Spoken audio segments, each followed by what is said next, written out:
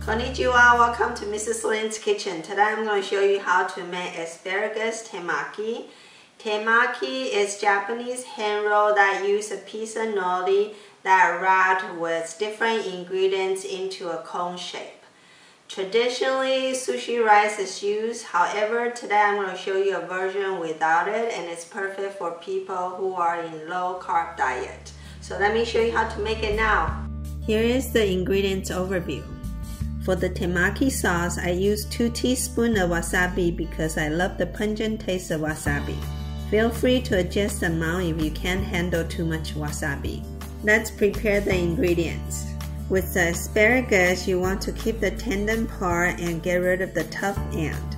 To do so, hold 1 spear of asparagus in your hand and gently bend the spear until it snaps off. Don't use too much pressure. Give it just enough force so it'll break off by itself at the right spot. That will separate the tender part and the tough part of the asparagus. Break the tender part into about 2.5 to 3 inches long. Next, rinse the asparagus and blanch them in boiling water for 1 minute. After 1 minute, take them out and immediately drop them in ice water. Separate the lettuce leaf and soak them in a bowl of ice water for about 30 minutes. This will make the lettuce crunchier. You can spin the lettuce in a salad spinner if you own one to get rid of the excess water. Next, thinly shred the lettuce. You want to use the nori sheet that's crispy. If your nori sheet is not crispy, you can lightly roast it over the stovetop to make it crispier. With the kitchen scissor, cut the sheets in half. Now let's make the temaki sauce. In the sauce bowl, add 2 tablespoons of Japanese mayonnaise, 1 teaspoon of ketchup, 2 teaspoons of wasabi. You can adjust the wasabi depending on your liking. Mix everything together.